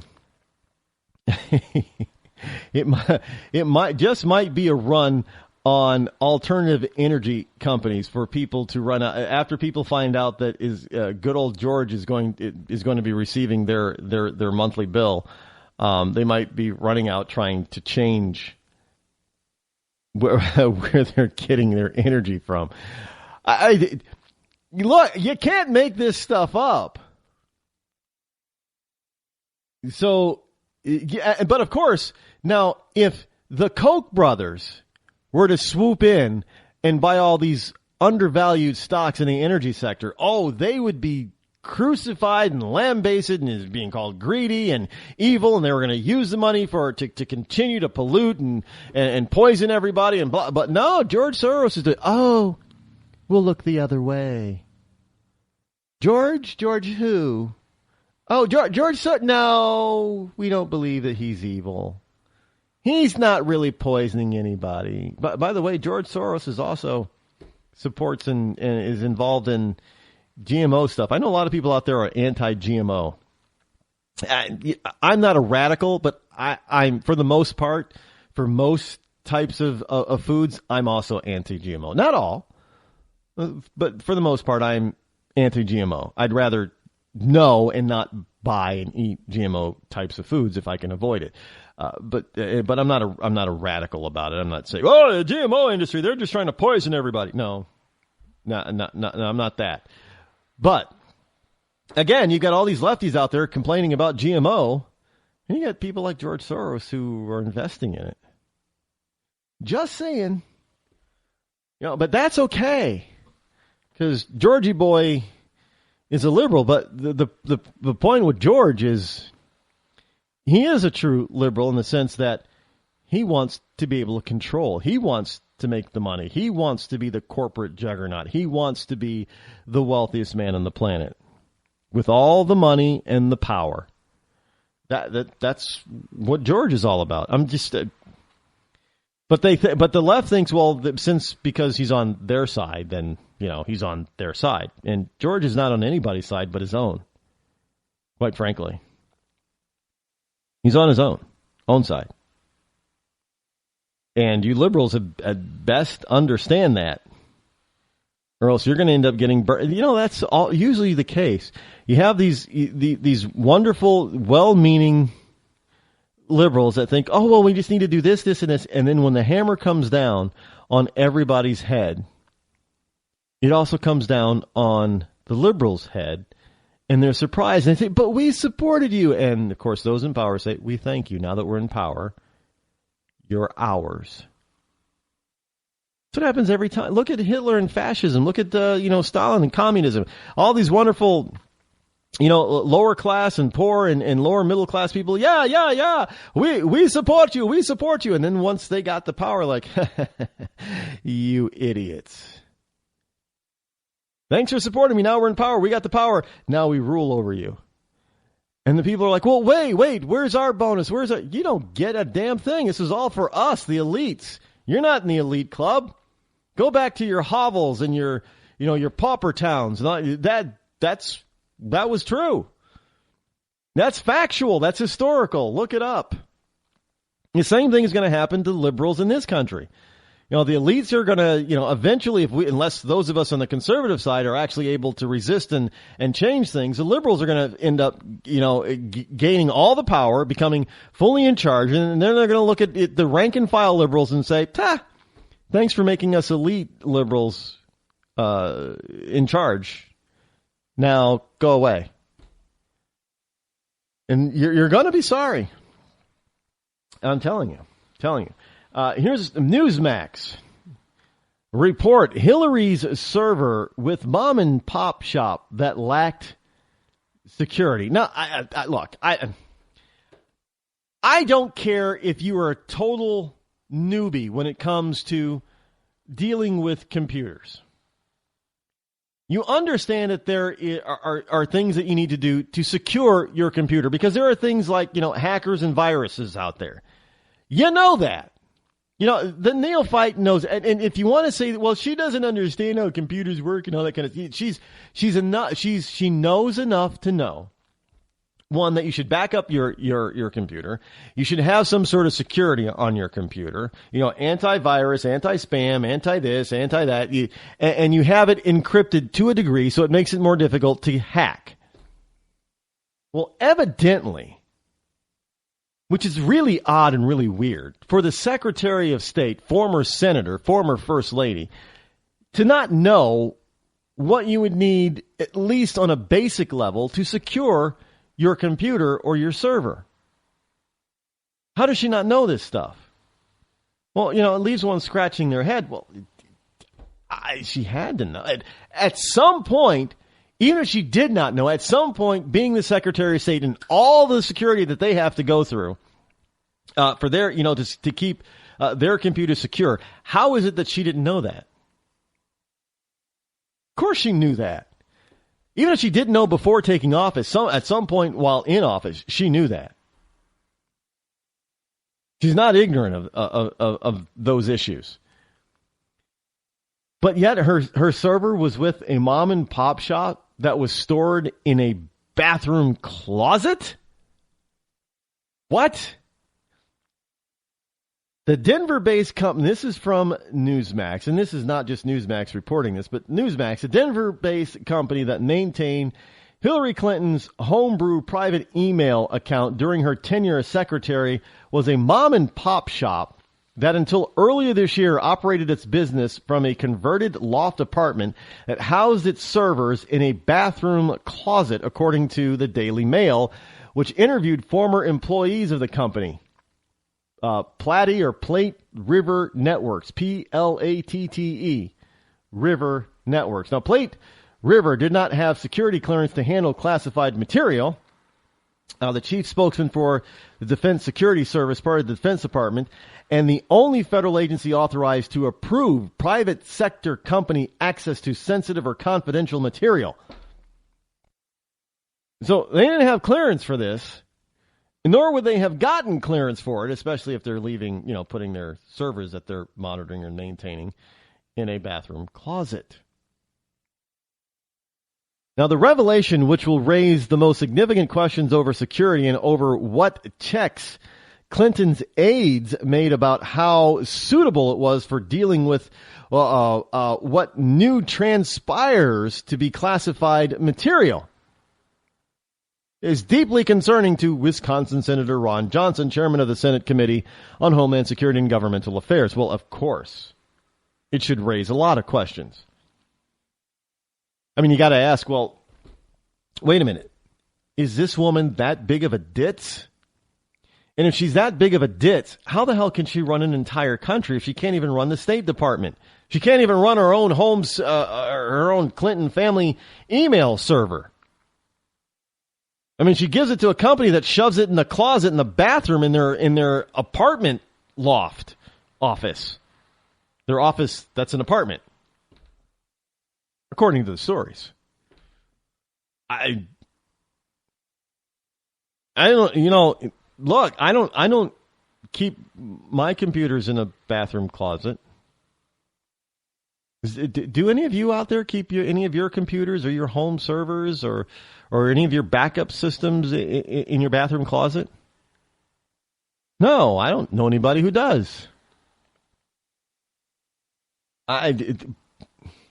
Let's just say they didn't even use the bathroom as you know, a full bathroom. So there's not going to be moisture issue maybe. So if they're not using it as a full bathroom, okay, but still it's in the bathroom.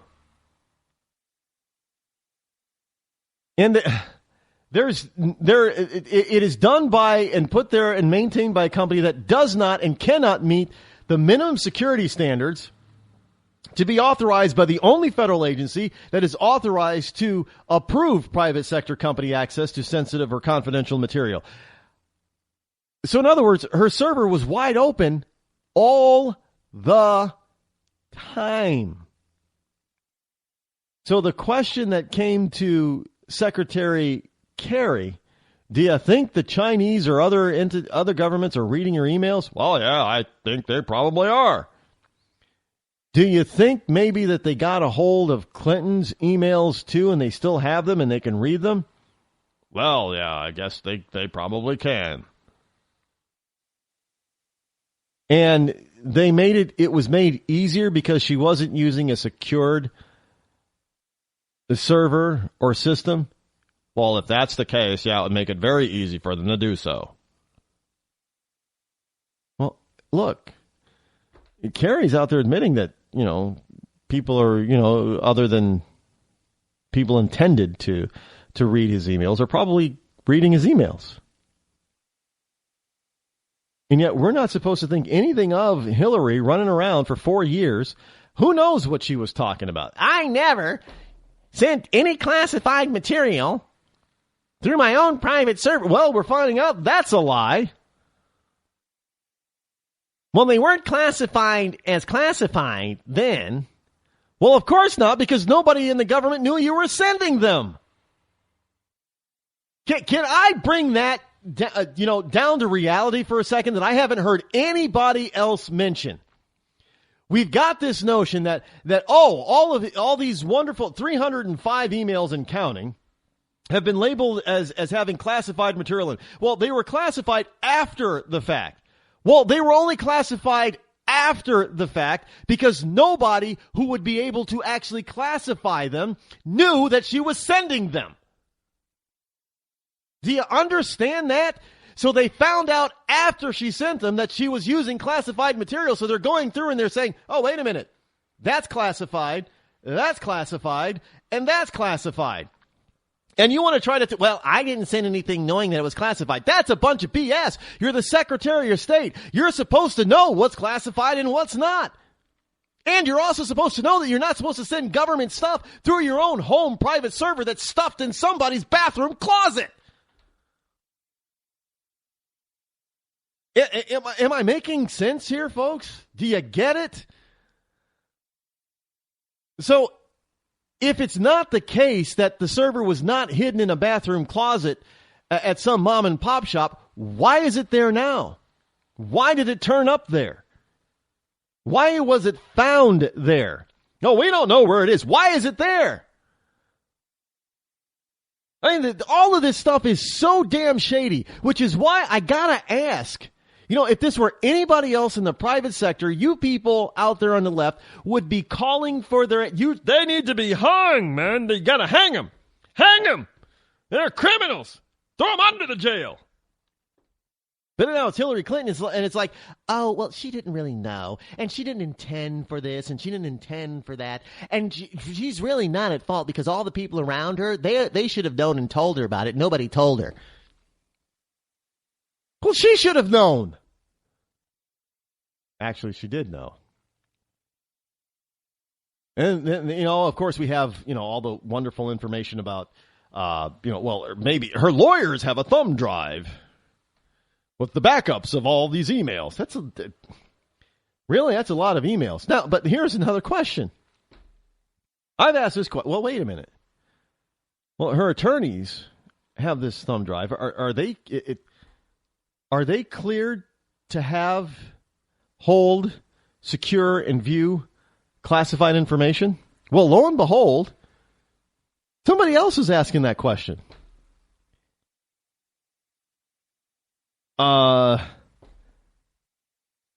Somebody in Congress would like to know If, how, when, and why Hillary's attorney got a security clearance in order to have the level of clearance to be able to have, hold, secure, and view Secretary of State Hillary Clinton's emails.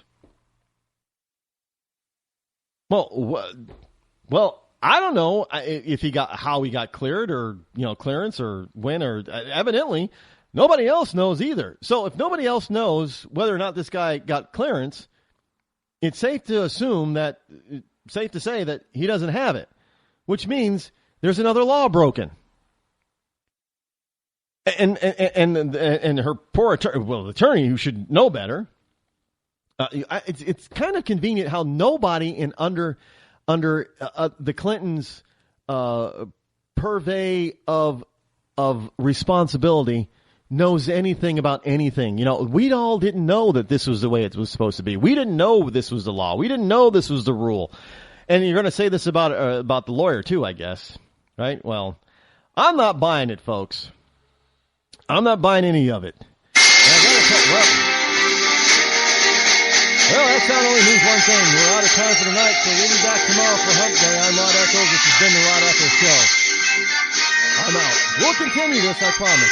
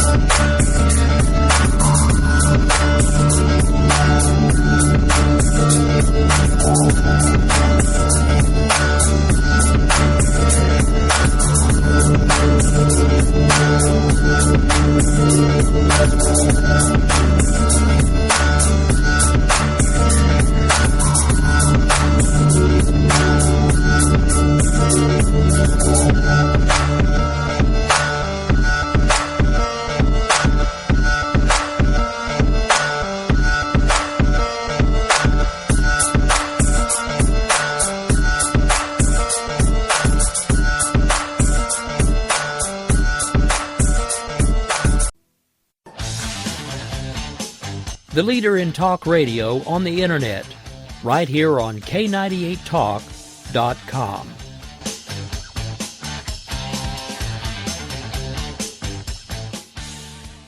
When our water heater broke down last month, it was a nightmare. It took 5 hours for the plumber to show up, and he charged us a couple of $100 just to come out. And then it cost another $1,800 to put in the new water heater. By the time it was all said and done, I felt like I'd been taken. But what else could I do? The smartest thing you can do is get a home warranty from American Residential Warranty. Their home warranties pay to repair or replace all your major appliances when they break, and they will break, and at the worst possible time. Call American Residential Warranty right now for free information on home warranties starting at just pennies a day. Don't wait for your refrigerator to stop running or your ceiling fans to stop turning. Call American Residential Warranty right now. Ask how you can save up to 50% on washer and dryer coverage. Just call 1-800-513-6154. That's 1-800-513-6154. Again, 1-800-513-6154. Call now. Tired of paying outrageous prices for Viagra? Well, we have great news for you. Now you can finally get Viagra at huge discounts. Healthy Man allows you to save up to $500 on Viagra. Why pay U.S. pharmacy prices of $15 per pill or more when you can get Viagra for less than $3 a pill? Call today and get 40 Viagra pills for only $99. This can cost as much as $600 at your local pharmacy. You can't afford not to call us. If you want Viagra at the lowest prices, never pay $15 a pill pharmacy prices again. Get Viagra for less than $3 a pill. Call 1-800-516-7602 today and save up to $500 and get 40 pills for just $99. Healthy Man is fast, easy, and affordable. Operators are waiting at 1-800-516-7602 to take your call right now. Call 1-800-516-7602. That's 1-800-516-7602. Again, 1-800-516-7602.